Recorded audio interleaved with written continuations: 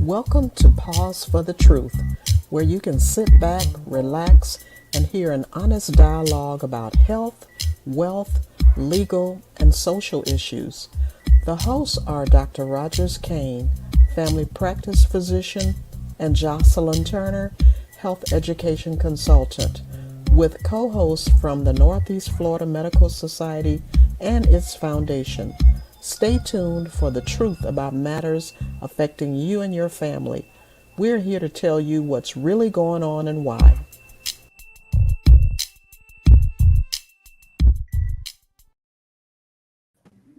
Good evening and welcome to Pause for the Truth. I am Jocelyn Turner, your co host. It's a beautiful day in Northeast Florida. I don't know where you are, but it's a beautiful day in Northeast Florida. But thank you for joining us this evening. We're having a great discussion, great topic, something that so many people need, something that people struggle with. But we have two local experts who are going to impart their wisdom and knowledge on us this evening. Of course, I cannot do the show alone. Joining me as co host is Dr. Rogers Kane. How are you doing, Dr. Kane? I'm good. I'm still just hopping to the beat for our intro. So, I know, right? and, then, and then sometimes I remember when I first started watching our intro, I'm going like, hey, how they gonna start without me? And then I realized those are recorded shows, previously recorded ones. So anyway, I'm doing just great. I want to welcome our guests. Not only are they my colleagues, but I consider them good friends that are much smarter than I am, and that's why I have them on the program tonight. And they are here, Dr. Kane. I am just meeting Dr. Price. We've had Dr. Green on before, but they are here to talk about heart disease and hypertension. Yep. Now, if anybody's watching this show, somebody knows somebody, Doctors Price and Green, who has high blood pressure, right? Right. And I, for the life of me, don't understand why hypertension seems to be so prevalent in the African American community, especially. Can you explain that to me? Why that is, one of you? Well, some people actually trace it back to when we came over from Africa. Mm. Those who have survived because they had that gene that helped them with salt to retain salt. So they Mm. made it through the Middle Passage. And I guess genetics has just played a role down so that, people have more problems with high blood pressure, especially with salt, which we tend to like a lot of. So now I know why I have an affection for salt, because it's in my genes. Thank you, Dr. Price. So it lets me know that I No need. excuses. I, okay, I tried. I tried. Mhm. So and there's a question is, do you know anyone who doesn't have hypertension? And that, yeah, I actually do know someone who does not have hypertension, no matter how rampant it is. I remember when, say, unfortunately, Dr. Price, I cannot raise my hand. I was actually diagnosed when my dad got a cancer diagnosis. It was very stressful for me when he was given an end of year uh, notification sentence. It was very traumatic for me. And that was when I was diagnosed. But fortunately, after a few years, I began to manage it properly. And I think people don't know that you can manage it. It doesn't have to go out of control, but it seems to go out of control so much in our communities. I was sharing with Doctors Green and Price prior to starting the show that, having tracked data for the past several years, it's amazing how heart disease is either number one or number two in the leading causes of death in this country, state, county, you name it. It flip flops. It's amazing to me.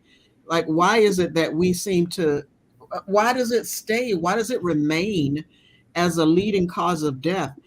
A lot of it I know is tied to lifestyle choices, the habits that we have, the bad habits that we have. Dr. Price mentioned salt, but the other things. Dr. Green, what are you finding?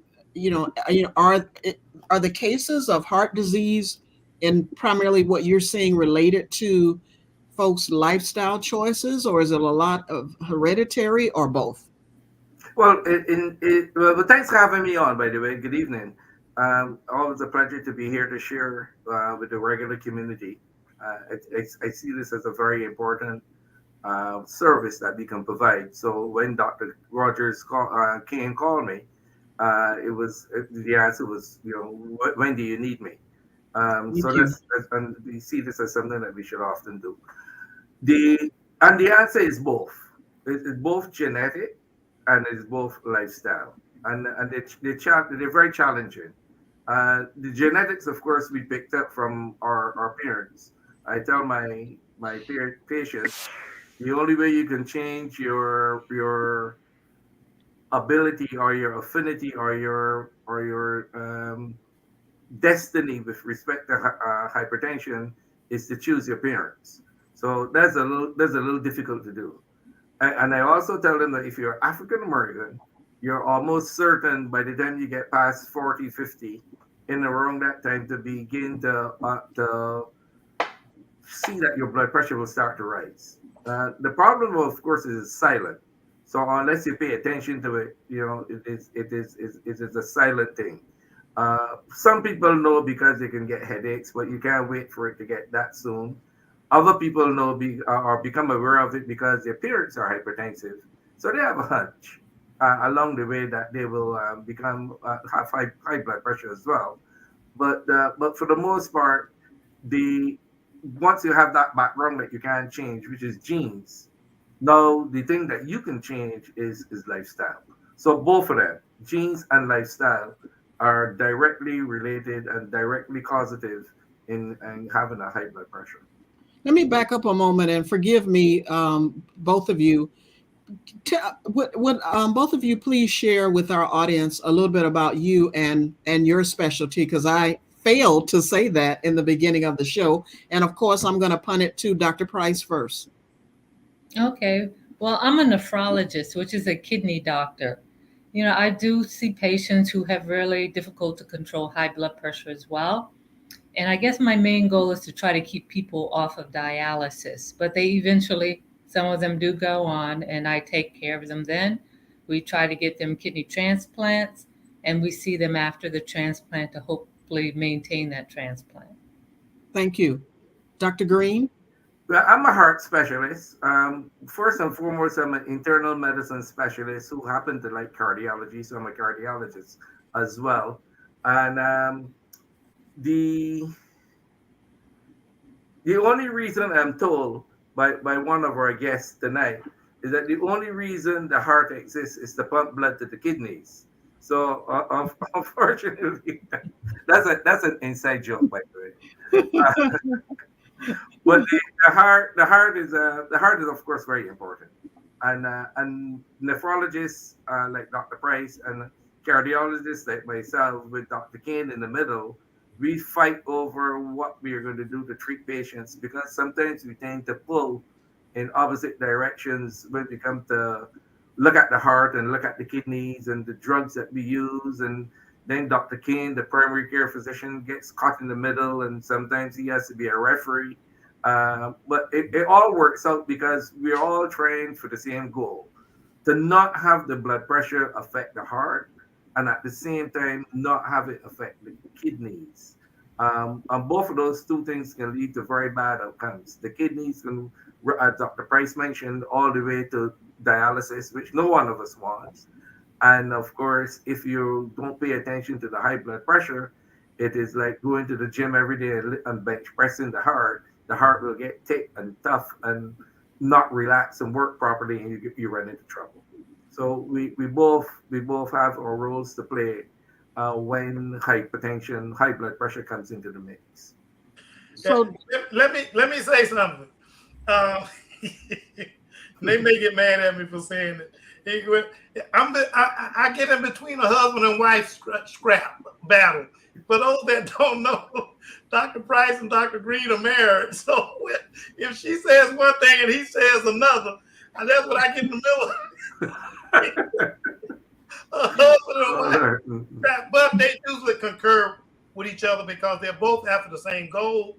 And they're my favorite cardiologist, my favorite nephrologist. Oops, I hope Dr. Abdullah ain't listening, but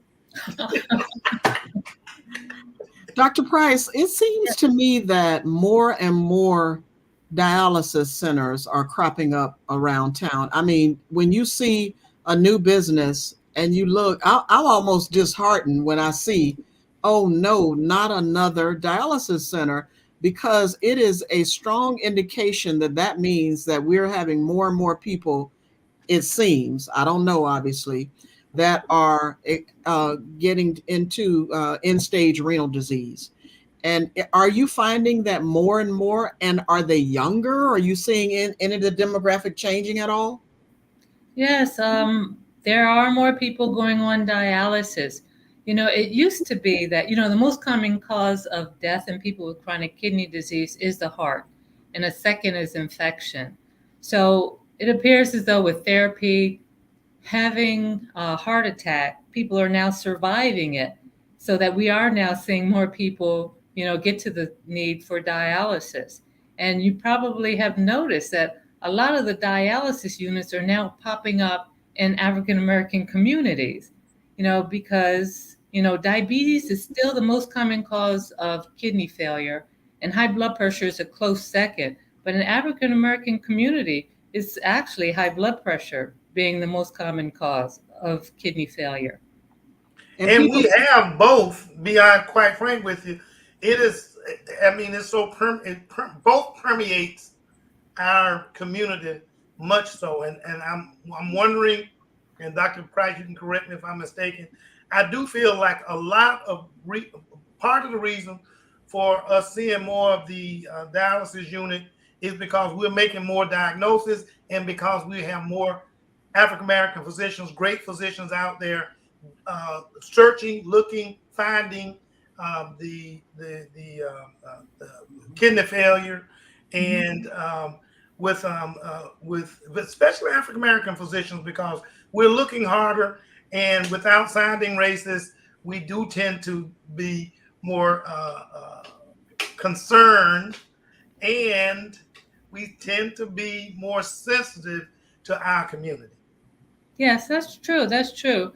And Miss Turner, what you said about being younger, we do find that in African Americans, they do develop kidney disease at a much younger age, and high blood pressure as well, and diabetes. And some of that is lifestyle. So I can't all blame it on genes, but lifestyle. yeah, when I was diagnosed, I remember having a conversation. I was working at the health department at the time, and my background, since I'm amongst physicians, is I'm just a health educator, right? Don't say And just, don't say and just. yeah, and I remember I asked my colleagues who are registered dietitians, what can I do in order to control my blood pressure? Will I ever get off this medicine? Because that was my goal.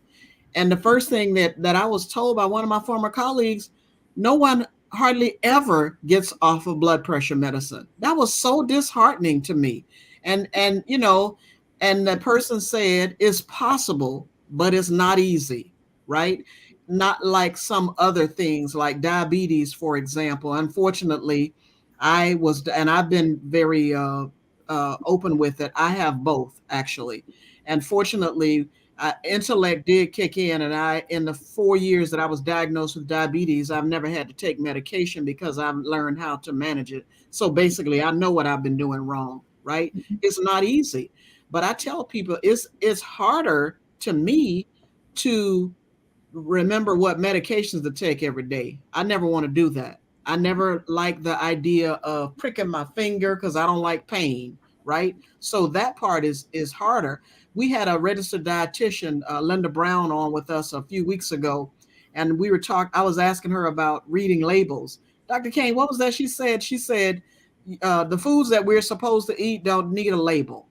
And so just that easy, right? So when you think about the foods that we should eat, which are tied into making sure that we manage our blood sugar, our blood pressure well, and of course we're talking about fresh fruits and vegetables versus those other foods that unfortunately, if when I look around, Dr. Price and Dr. Green, when I go to the grocery store, I'm looking at grocery carts and OMG, Mm. is so much junk in folks' baskets, and starting out with their children. And that's the thing that I've liked about this show is we've really been trying to bring experts like yourself on to say, hey, you maybe it's too late for you to reverse your disease, but think about your children, right? And what can you do to make those different changes in your life? Dr. Price, what are you finding is the most difficult thing for your patients managing their going to dialysis or their kidney disease? Their kidney disease, I guess, managing the underlying problems like diabetes and high blood pressure. A lot of them they feel good, so they think everything is fine and they don't need to take medication. Some of them don't even know what medication they're taking or what it's for or how often they should take it. And when you see people coming with a list of 10 to 12 different medicines, I don't think they're taking it. And you have to sit down with them and actually write, this is what this is, put it on a card, because if you're seeing different doctors, somebody's going to make a change so everybody knows. But I think that's the main problem is them trying to keep track of their medication and what it's for. Dr. Green, in the families that you deal with, and maybe a child, an adult child brings their parent or grandparent to the doctor to see you, are you finding that you can look at the family members and say you're next if you don't if you don't do anything? Obviously, you're not going to say that, but do you know what I mean? Like, are you finding that some of these issues are really passed on from one generation to the other, these bad habits? Yes, yes, indeed. And you can tell. In the room, you'll have a hypertensive patient who is diabetic, and you mentioned the important word diet, who is also obese. Obesity, of course, we measure it in our world using what is called the body mass index, the BMI. And anything above 25 begins to cause us concern, to keep the numbers simple. And then anything above 30 is a cause of great concern. And it is very difficult, I find, in my practice. I'm sure Rogers will attest to that as well. Is that using the word obesity has its drawbacks, and once you use the word obesity, you got to be so careful after that, because you might lose half of the battle just by mentioning that one word. And so what I've been trying to do is to try to get at it in as softly as we possibly can. Uh, but certainly, when you're in the room and you look at the relatives, the granddaughter or the daughter, one of the things that we are struggling with in the African American community, pure and simply, is obesity, and that's a struggle. One of the beautiful things about being on this evening is that I just learned something very interesting. While I might be the expert here, I'm also a learner. You just mentioned something that was a thing of beauty, and I'm gonna beg to steal it from you. You said the dietitian mentioned to you, and I wrote it down so that I got it right. What you need to eat doesn't have a label. That is a thing of beauty. Isn't that what that That was is, just so powerful, right? that is smooth. That's Yeah. impressive. And the way I tell it to my patients is that they should stay away from processed foods. Hmm. But that says it even more succinctly. You don't have a label on an apple. You don't have a Hmm. label on a mango. You don't have a Nope. label on your vegetables, your green leafy vegetables. It's Nope. pretty impressive. So that if I when I leave here tonight, I would learn something, which meant that this hour that I spent with you has been pretty valuable. And the the kind of patients that Dr. King sends to me, almost certainly will fall in that group. The hypertensive, obese, diabetic patient who is coming to me because they need to go to surgery, or they need to have a procedure done, or they're having chest pressure, or the blood pressure is just difficult to control, or they have abnormal changes on the EKG, and he's trying to figure out, what do I do next with this patient. And before we even get off the conversation, as soon as you walk into the room, you almost certainly know what the challenges are before you even get the medicines. And so the dietitian becomes a very, very important ally Mm-hmm. in the conversation of managing hypertension. Yeah. I happen to love oxtails Me too. And Kentucky Fried Chicken. and Oh, she Kentucky got Fried all you Chicken. secrets, Dr. Green. You see why this is not a fair debate, right? I'm just waiting on it. You know, that's fair. I teed it up so well and chicken, boom. Anyway, but but that's what is out there. It's ubiquitous. KFC, Popeyes, churches, the list goes on and on. Mm-hmm. And the beautiful, the struggle is the cost.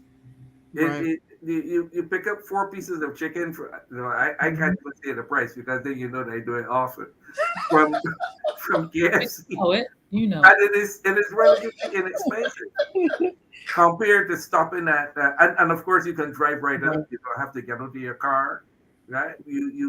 It's so convenient as Yes. opposed to having to drive to the parking lot, find a parking space, walk into the Supermarket. supermarket, whichever one it is, and you will never see a vegetable or fruit at the front. Exactly. You will never see it on checkout. You gotta go look for it. And then when you find it, it is relatively expensive. Come vis-a-vis, stopping at one of the fast food establishments, and that's a challenge. So there's an Yeah. economic burden to lift. And So that's where planning, pre-planning, Dr. Green, is important. You got to go to the grocery store on your day off. But when you go, the other lesson that we've learned from these conversations is stay on the outside of the store, Mhm. because all the bad stuff is on the inner aisles of the store.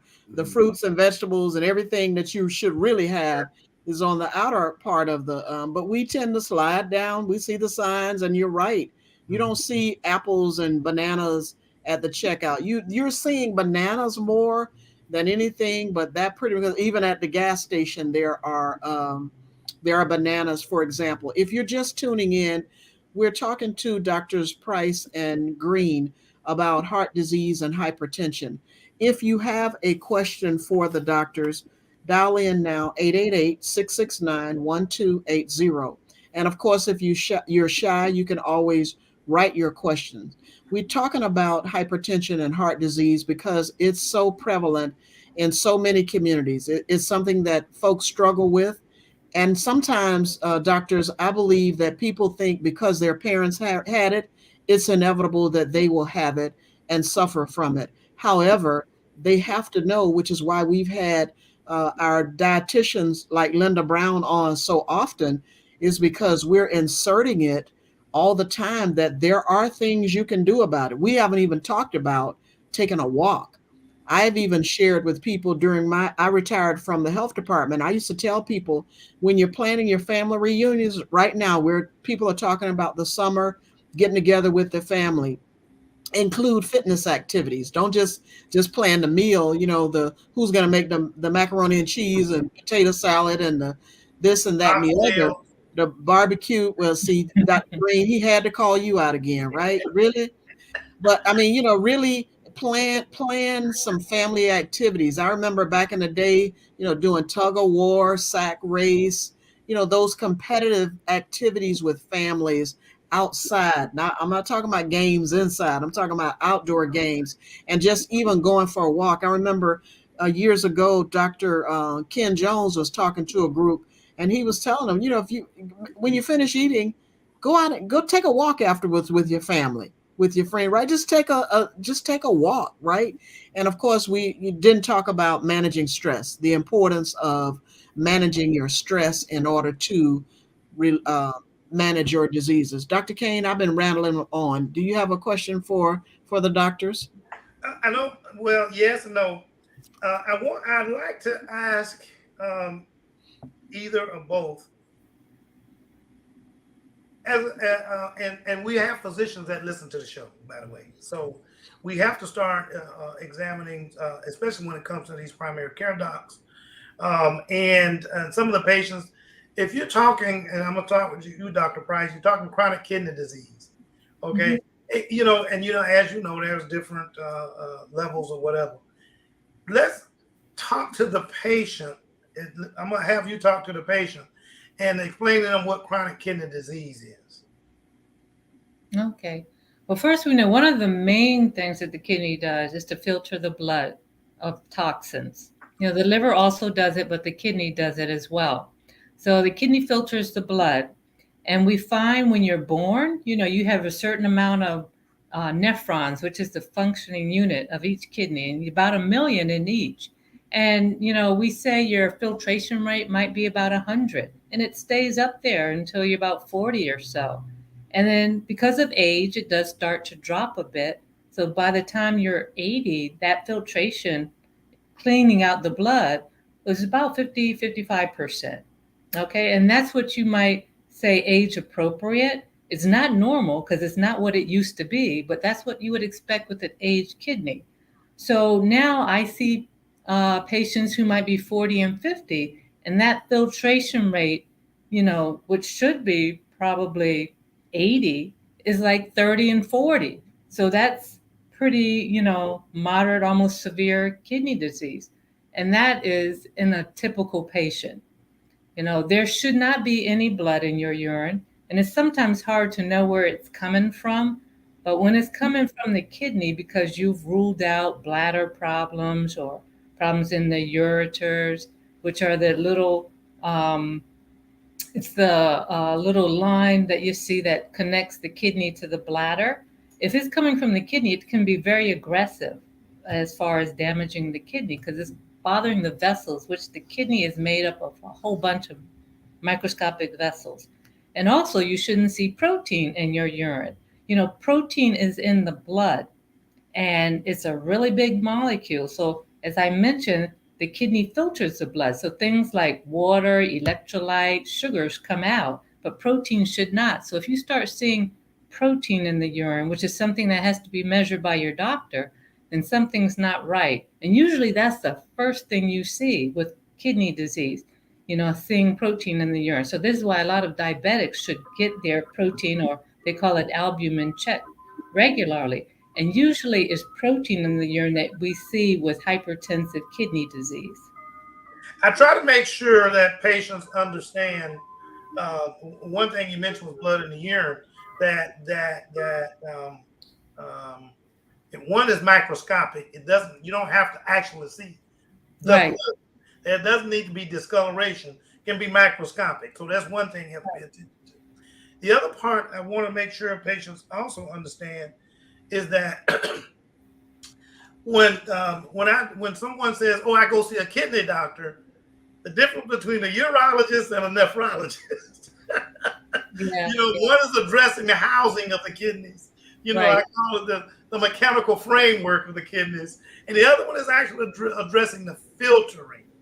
Right. And because of that filtering, definitely, as you mentioned, is done by blood vessels and how stable they are in terms of their lining and so on and so on. Um, we have to make sure that we distinguish between uh, problems with the housing of the kidneys and problems with the filtering of the kidneys. Right. The filtering sometimes is affected by what happens with the blood vessels themselves in terms of atherosclerosis, yada, yada, yada, which now I bring over to Dr. Green to come into focus to talk about vascular disease and the role that it plays with both heart and almost any of it, but the role that it plays with heart and renal issues. Yeah, the vascular disease is very important. We are getting more and more sophisticated at that level. The things only work if blood goes there. So the kidney has a blood supply of its own. The heart has a blood supply of its own, and the healthier you keep that blood vessel supplying your organs, the healthier you will be. Hypertension, diabetes will affect the lining of the blood vessel. So one has to try to make every effort to protect that lining of the blood vessel so that blood can continue to flow adequately to all the organs, especially kidneys and heart. Um, it is a very complex issue. The lining of the blood vessel is actually a living organ. And actually, when I began medical school many moons ago, the liver was supposed to be the largest organ. And Right. then over time, with our knowledge, we found out that the skin was the largest organ. And now, lo and behold, the largest organ out there basically is something called the endothelium, which is the lining of the blood vessel. And that lining of the blood vessel is very susceptible to high blood pressure, to diabetes, causing wreaking havoc with that blood vessel. And I get to see the end point of all the damage when we have a heart attack. But it begins a long time before we get to an actual heart attack. How do you protect the lining of that blood vessel? Is we're still learning. But what is very important is that we have to make sure that the things that we can do at our level, controlling the blood pressure, controlling the sugar, controlling the diabetes. Those are fundamental. Controlling obesity, and weight gain. Those are some of the fundamental things that everyday people can do to try to protect the thing that you really can't see, which is the blood vessel in the heart. So And why? it all comes back to dieting. The more you can keep your body as alkaline as possible, as opposed to acid, which is what the body will tend to, regardless of what you do, then the better it is, to keep that lining of the blood vessel down. Vascular work in the country is becoming very, very common. It's a specialty in itself. Just looking at the blood vessels, uh, but hydration, drinking a lot of water, hydration, keeping that blood vessel full and occupied, keeping things flowing, not getting dehydrated, especially in the warm summer months. Um, Trying to use, well, the quality of the water is also very important. But all things being equal, you want your water to be as alkaline as possible, and just as importantly, containing some electrolytes as well. Because when you literally pee you don't lose plain water, you lose some electrolytes, as Dr. Price had mentioned, which is a natural phenomenon. You can't overcome that. So you electrolyte water is something that I've been trying to impress upon my patients to do. But you really should drink water. My patients always ask me, well, how much water should I drink? Well, it varies from person to person. But for example, I say to golfers, if you play the first 9 holes and you turn and you haven't peed, you're in trouble. I say to my patients, if you go through the entire morning and you haven't gone to the bathroom at least once or twice, you're dehydrated. So peeing is not a bad thing. It is actually a very good thing. I know Right. it's a misery, it's an inconvenience, but it shows that your volume is up. And that helps to protect the blood vessels. It helps to protect the kidneys. It helps to make sure that the heart is working properly. So these are simple, upfront things without getting too sophisticated as to how patients can try to help. Hydration is very, very important. Dr. Price, can the can what can you appreciate with the color of the person's urine? Usually, when it's a pale yellow, that looks good. People tell me they have their urine looking like dark, like tea colored, and it shouldn't be dark like that. And that means you're pretty dehydrated. And sometimes it's hard to tell when you take a water pill or what they call a diuretic Hmm. because it doesn't allow you to concentrate or dilute your urine very well. So it's always hard. But if you see dark urine and you're taking a water pill, you are severely dehydrated. Wow. Dr. Green mentioned the vascular injury that occurs uh, with heart disease. Can you elaborate on is that the same thing that occurs with kidney disease? vascular injury. Well, it can occur. I mean, high blood pressure, that pounding on the vasculature does bother the kidney. And, a lot of people who have uncontrolled high blood pressure, and And now we say that control level for the kidney is less than 130 over 80, that over a 10-year period, they're going to then be on dialysis. If it's worse than that, they might be on dialysis much before that. One of the things that just came to mind, Dr. King, as we speak, Dr. Price, is most people will wind up getting an ophthalmology appointment at some point in time in their lives. And one of the interesting things that the ophthalmologist does is to look into the back of the eye, almost certainly. But let me pause for a second and make a distinction between an optometrist, a guy who will cut glasses for you, and an ophthalmologist who is a doctor and who's going to literally examine the back of your eyes. And by the time you get to be in the age group that we are in, and I'm not going to mention which age group that is, you have to worry about pressure in the eyes, and you have to and just for men, and you have to worry about your blood vessels. So when you go to the ophthalmologist, the doctor, for whatever reason, you're gonna have a little bit of an advantage. Actually, insight is probably the better word about what is going on with the blood vessels in your eyes.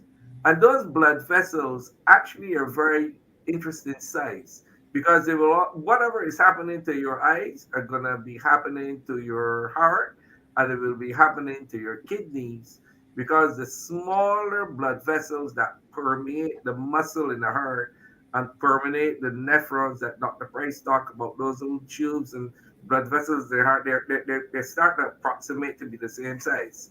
So if the ophthalmologist tells you that there's narrowing in the vessels of your eyes, which they will do, if they almost certainly they will look at them, that's a marker that you're getting into trouble. And I mention this because you might not have high blood pressure, you might not even know you have high blood pressure. You might not know that you have diabetes yet, but it's altogether possible that that might be another visit, another encounter with a physician that could be used as a good tool. I let patients know. I'm gonna say this real quick, and Dr. Price, I want to go let you. What you're saying, Dr. Green, is exactly correct. The eye is the only place you can look at directly at a blood vessel without it being obscured by skin and other viscera and stuff of that nature. You can actually see the blood vessel, and so it can give you a huge amount of information if you pay attention to it, and you get your eyes examined. And you get your eyes examined. Right. And I was going to say that for a diabetic, when they say, oh, I can see diabetes affecting your eyes, it has already affected your kidneys. That's right. It's already affected your kidneys. Yeah, the cat is already out of the bag. Wow. Yeah, I wanted to ask you what's really considered a normal blood pressure, and does it vary by age? Well, for the kidney, our goal is less than 130 over 80. And it didn't used to be that way. It's changed over the years a lot. I mean, before it was like 160 over 100. And then it was 140 over 90 for a long time. And I think what they found is that when they did autopsies or they did biopsies of kidneys and they realized people were having blood pressures of 140, 150, they would see changes of high blood pressure in the kidneys. So this is why it was lowered down to 130 over 80. Now, sometimes it can be too low such that you're not getting blood to your brain and you're getting dizzy, especially when you stand up. And we do see that in older people. So we tend not to be as so strict trying to get it to that level of less than 130 over 80. And as you get older, your systolic, which is that top number, does tend to go up. And the bottom number, which they call the diastolic, tends to go down. And high blood pressure medicine will make both of them go down. So it's always sort of a line that you walk to try to have the diastolic not so low, but the systolic not so high. Because I as would we like to make it goes up, yeah. I like to just give credit where credit is due. A lot of that thinking that occurs now, and some of those changes, it may not say it from a national standpoint, but we can attribute it to the issue, the International uh, Society of Hypertension in Black folks. Yeah. Okay, mostly about black doctors attributed help help frame the framework or help make the framework by which we make these blood pressure changes and adjustments. Black doctors like the two we have on our website this evening. Yeah, So we, a lot of that work came out of a very interesting study called the AHEF trial, Yep. the heart failure trial. Hmm. Very important trial, and that was done mainly in African Americans. so we talked at the beginning about sodium and hypertension. What's a normal amount of sodium that one should have a day? And does it matter? Does it vary with African Americans versus the general population? I usually tell patients a gram of sodium a day because I know that they're going to go to two. So, and it's hard. Everything you eat, even fruit has some salt in it, Hmm. but, I don't, and people look at the salt that they add, but it's usually the salt that's already in the food. So I Hmm. tell people I don't mind fresh pork, but I don't like ham, because it's processed and it's very salty. And the older we get, the more salt sensitive we also are. And as a group, African Americans tend to be salt sensitive, meaning that you hold on to salt longer. Normally, when you eat salt, you should pee it out within the day. But as we get older, you hold on to it a little bit longer, and your blood pressure goes up. You see a little bit of swelling there, So as we get older, we do become more salt sensitive. By the Doctor. way, Dr. Price, hold on, Dr. Kane, I just have to say this. Dr. Price and Dr. Green, we've used the word pee and more on this podcast than any previous podcast we've done. But that's what makes it. That's why this podcast works. Because we get down to the nitty gritty. It's a culturally sensitive uh, Yeah, approach to things. Dr. Green, one quick question, one statement, and then your comment on it. I tell a lot of my patients, mostly the men patients, but I will tell the women because they can help get the men in to be taken care of. Erectile dysfunction may actually be the canary in the gold mine as it relates to renal and cardiac disease or vascular disease. Any commentary on that? oh, absolutely. It is no question at all about it. Again, the size of the blood vessel is also very important, and most men, and of course, the erectile dysfunction is a very sensitive issue, especially in the black community, but right across the board. And how you address it in the office when you visit with patients varies from person to person. You actually have to smell it out and have a good sense to know where to go.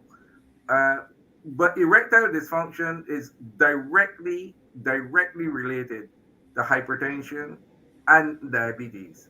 And the common pathway basically is at the level of the blood vessel. To get an erection, you need a good blood supply. To get a good blood supply, you need a good flow of blood into the penis, and that's the only that is huge. And remember that the size of the vessels, of course, are similar to the vessels in the secondary size around the heart, as well as the sizes around in the eyes and at the level of the kidneys. So the one of the earliest signs, and we know this now for a fact, of problems is indeed erectile dysfunction. The ability, and that blends with libido. Not only the ability to feel the need for an erection, number one, libido, excitement. Two would be the actual ability to increase the size of the penis, erection. And then the next part of it is the ability to have an ejaculation, and then of course an ejaculation itself. So there are four little stages that push on from time from the beginning out to the end of the whole process. Used to be a taboo conversation in the early days. Now I find that patients have absolutely no difficulty at all questioning me about ED.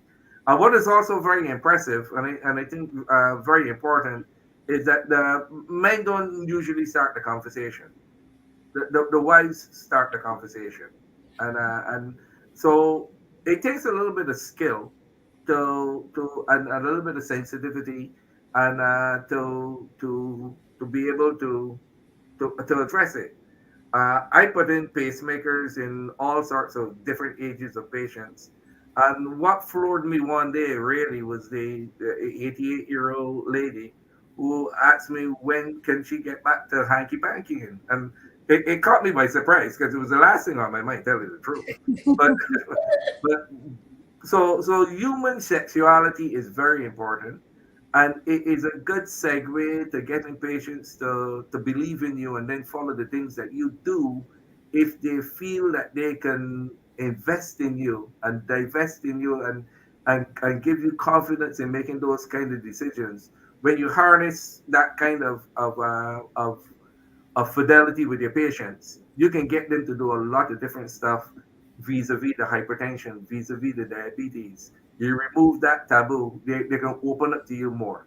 So that is how I play that game really with my patients. Speaking How of about segue, sleep apnea well, man, and hold on, Miss Turner. I can't get off the subject here because I got to make sure this is an important thing.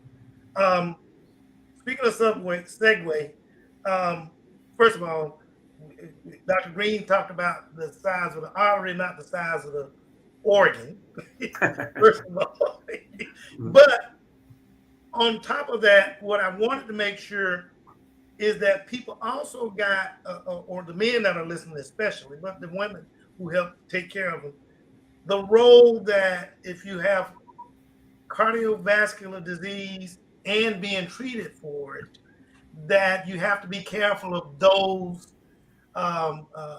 erectile dysfunction aids, the Viagra's of the world. And so speak to that real briefly. And because that you have a lot of men that go out and want to take these drugs, but they may also be on other drugs that can cause a worsening of their health, heart attack, whatever. Yeah, that's a very important point, and I'm glad you raised it. Um, the the I am not a fan of Viagra. It will take me about 5 or 10 minutes to explain why. But the suffice it to say that the when I give patients, particularly men, or especially men, erectile dysfunction medicine, I defer to tadalafil or Cialis. Cialis is a trade name. Tadalafil is the generic name. The difference, of course, is cost. So when I write a prescription, I almost always write Tadalafil as opposed to Cialis to get the cost factor out of the way. Number one. Number two, it is one of the advantages of using Cialis is that it also helps with males who have a large prostates as well. So it helps the flow of the of urine. And so if you're getting up 2 or 3 times at night in the early stages, Cialis go a long way in pushing off or delaying the side effects of BPH, which is benign prostatic hypertrophy, i.e., enlargement of the prostate as you get older, which will naturally happen in men. Uh, the Cialis also has a beneficial effect on the at the level of the artery. Remember, we talked about the endothelium, the lining of the blood vessel. Tadalafil, and again, Cialis, tadalafil, also helps at that level as well to dilate the blood vessel. And so, if you have concomitant heart disease, so called coronary artery disease, blockages in the vessel, and you have erectile dysfunction and you want to treat it, the safest drug to use, and I say this categorically, would be tadalafil as opposed to Viagra, You know, sildenafil. And I also caution there are if you go into the liquor store or you go into gas station, there are a lot of over-the-counter Hey, pills that you yeah. can use, and these are they're not regulated properly to begin with. They probably should only be used by younger men who don't need them anyway. And but when you get to the level of ED, it surely should be managed appropriately by your physician. And you should not be bashful about talking to your physician about erectile dysfunction. Very important for multiple reasons. The main danger is blood pressure. If you use sildenafil or Viagra on a on an off basis, the chances of dropping your blood pressure and getting into trouble is high. Dropping it too low, you mean? Dropping it too low, correct. You know, one of the things, and Miss Turner, I promise I'm gonna let you back in. One of the things that I early on in those development of those drugs categorically um, used to be the concern of the prolonged activity of the Cialis, and if a person winds up doing nitroglycerins or some of the nitrates, and the risk that they have for for having a heart attack or a complete heart, uh, I'm gonna say failure because of whatever it does, the inability for you to pump, or the dropping of the blood pressure Mhm. as it was related to the nitrates. Right. But I'm hearing you say that Seattle was better. I think one of the concerns early on was because of its longevity. We're trying to keep this blood pressure up in people who taking the nitrates, even though they shouldn't. Hmm. There's still people out there that don't warn them about it, Right. um, and the safety of doing that. Am I has that thought process has changed? I'm taking it. It's changing. It's changing. So I have a very good experience in my own practice with Cialis. I've not had any issues with it at all. I've had issues with sildenafil, which is Viagra, again because it's a one-time effect. It's a spike, whereas on a continuous basis, the sildenafil Cialis levels out, and like the human body gets accustomed to constancy, if you will, as Mm-hmm. opposed to just taking a Viagra here and a Viagra there is really not safe, especially if you have coronary artery disease. So when your physician warns you about taking a Viagra, that is expressly what he is concerned about. Ms. Turner? So I wanted to ask a question about sleep apnea and hypertension, or is it related to heart disease at all? Can it increase having sleep apnea, obstructive sleep apnea affect your heart or your blood pressure? especially especially as related to like AFib or something along that line. Yeah. Dr. Price, you want to answer that or you want me to jump in? Well, I mean, your blood pressure can go up with sleep apnea, and it can be worse when you have sleep apnea. So that's why they usually screen people, for sleep apnea when they do have difficult to control blood pressure. The AFib part, I'll let you handle, Dr. Green. Well, the reason I deferred to Dr. Price is because we have a personal relationship with sleep apnea. You mean the oxtails? Yes, I for those audience folks out there have sleep apnea. If you look at my neck, I have a long neck. I am not obese. I don't have a short, stocky neck, but yet I have sleep apnea. The point that I'm making is that sleep apnea is very, very common. Number one. Number two, it is an easy diagnosis to make. And number three, most men, particularly men like myself, avoid making the diagnosis. It took my wife about 3 years to convince me that I had sleep apnea. You see?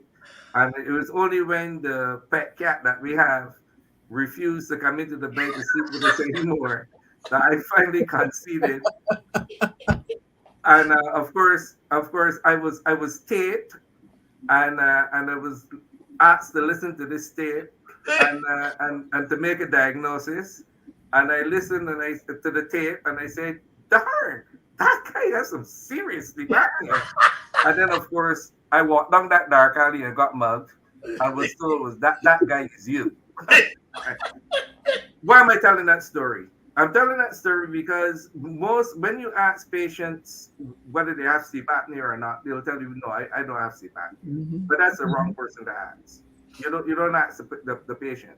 You ask the The spouse. spouse. Yep. Whether the spouse is a male or female, it doesn't matter. You ask the spouse because Mhm. you will never hear yourself snoring. Some people do, but you will never know the extent to which you snore. But the important thing is really not the snoring. The important thing is the lack of breathing, the Mhm. pauses that come after you snore, and you have that long pause. That's where the danger is. Sleep apnea, Ms. Turner, is very, very common. We have had a new awakening with respect to sleep. Sleep is so, so important. We Mhm. take sleep for granted. Uh, I hear a pretty interesting ad about don't worry about sleeping. When you're dead, you have an eternity to sleep. Not good. Sleep is huge. You must get at least a minimum of 4.5 to 5 hours of sleep every night if you're going to function physiologically properly. If you have sleep apnea, you are exposed to hypertension, migraines, arrhythmias, meaning abnormal heart rhythms. So it is very, if I see a patient in my practice as we speak who has an abnormal heart rhythm, and abnormal heart rhythms is the other kind of specialty that I do, they're almost certainly going to get asked a question about snoring, and that question is going to go to their spouse. And I always insist that the spouse come to the office with my patient.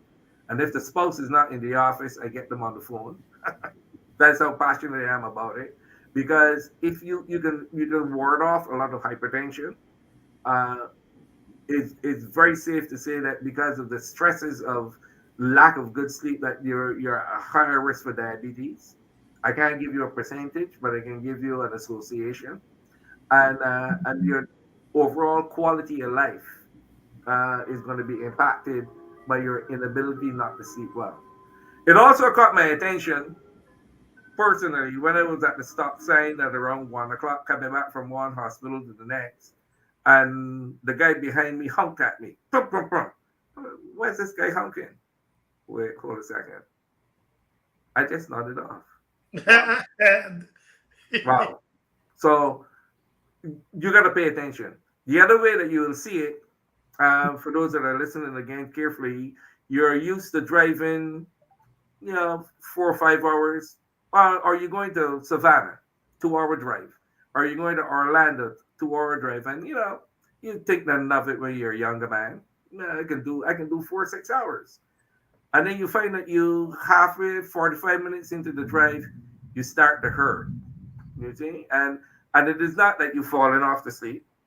It is that you're shifting lanes a little bit, you're drifting a little bit. Stretching. As you get older, the wife starts to scream at you. Another way to get that triad started, but it is real. And then you find that you have to stop more often. You can feel it. You see, bad dreams. If you're having very bad dreams, or you're waking up at night with a headache, or you wake up in the morning with a headache, or you find you can't get around the corner. And by getting around the corner, I mean by the time it gets to be 1 or 2 o'clock, you start really dragging. Or after lunch, when you have a nice, good lunch, and that niggeritis hits you, that we call niggeritis, but technically it gets worse. That that is some serious sleep apnea. It is treatable, that first and foremost, and it can decrease the amount of medication that you might have to use to treat the underlying problem of hypertension, diabetes. The way to see it is that it puts your body in a much better space to be able to treat. Your karma is better, your sleep is better, your relaxation is better. Mhm. Well, That's a short story. I see that. unlike my wife, you did admit to. I mean, you accepted when you heard the loud snoring. At my house, it was, that's not me. And I'm going, okay, well, I'm the one recorded it, and there's no other person in the room. The dog can't do it. So who? It's gotta be you. They But got you still didn't accept it. Mhm. Well, we are at the end of the hour. It's Well, been a wonderful show. I have learned a lot from you all. Dr. Green, I'm glad I shared something that you can use. And Linda Brown, if she's listening, she takes credit for that about the reading of labels. You've shared a lot. You've actually touched on some points I think that we probably should consider for future shows. Tyrone, our behind the scenes guy, even posted it, said, maybe we need to talk about dedicate a show to just the importance of a good sleep, right? And you also talked about erectile dysfunction. Dr. Kane, I can't believe that's something we have not had a show on ED. We had a men's health summit in the past, and we were coming up with titles of topics. And Dr. Kane said, just put ED and high blood pressure, ED and heart disease, ED and, you know what I mean? Just put erectile dysfunction, and you'll get guys coming in every room. And it worked, actually. But thank you all so much for joining us tonight. Learned a lot, appreciate your expertise as well as your passion. I can tell you both have a passion for what you do. At the end of the show, we always like to give our guests an opportunity to share your final thoughts for regarding tonight's topic. Just even if it's some nuggets that you want to impart on people. Dr. Price, I'll start with you. What are your final thoughts for tonight's show? Okay, I like to end on a hopeful note here. So, when you mentioned that you could never get rid of blood pressure medication, I have seen patients come off their medicines. They lose 100 pounds or whatever. Yes, they can come off their blood pressure medicine and their diabetes medicine. So, there is hope out there. There's hope. Thank you. I appreciate that. Thank you. Dr. Green, what are your final thoughts? you are what you eat. Hmm. Take care of your diet. That's it. Just That's plain it. and simple. That's Plain and that's it. simple. You are Yep. what you eat. Mhm. Thank you. Thank you. Dr. Kane, what are your final thoughts regarding tonight's topic? I'm gonna piggyback on both. I agree with Dr. Price for sure. I have patients that as I've taken out high blood pressure medications. Sometimes they get 10 to 20% weight loss and they can come off. Okay. And then the other part winds up being that you are what you eat because of past shows that we've done and the paucity or the difficulty in terms of trying to get healthy food from the supermarket that you can afford. Let's start our gardening. We've done at-home gardening shows. And so let's go ahead and start our at home. My granddaughter just started hers. Regretfully, I got a bad back from helping her to build her greenhouse. However, it was well worth the effort. And so it's something that we can start and grow our own vegetables and at least on a smaller scale to start. But for those who have enough room to do it on larger scales, and we still encourage churches and other institutions to also grow their own food as much as we can. Thank you, Dr. Kane, Dr. Price, Dr. Green. Wonderful conversation. Hopefully, one day we will not see heart disease as a leading cause of death. I hope that we're able rather to share some information with you to make some decisions. No one ever said it will be easy. However, hopefully from tonight's discussion, you know that it is doable. Take the tips that the doctors recommended. Take the tips that our registered dietitian mentioned in the past, the personal trainers that we've had in the past. Next week, we're going to have someone to come on and talk about mental health. Dr. Richmond Wynn is going to join us because that is also something else that people struggle with when it comes to doing their daily activities. As always, thank you for tuning in to Pause for the Truth. I was going to say if you didn't vote, go ahead and vote, but the polls are already closed in Northeast Florida. So now we just wait and realize if our blood pressures are going to go up or stay managed as a result of who won the election. But again, thank you all for joining us and stay well and safe and continue to do the wonderful work that you're doing. Take care. Thank Good you. night. Good night. Thank you. Good night.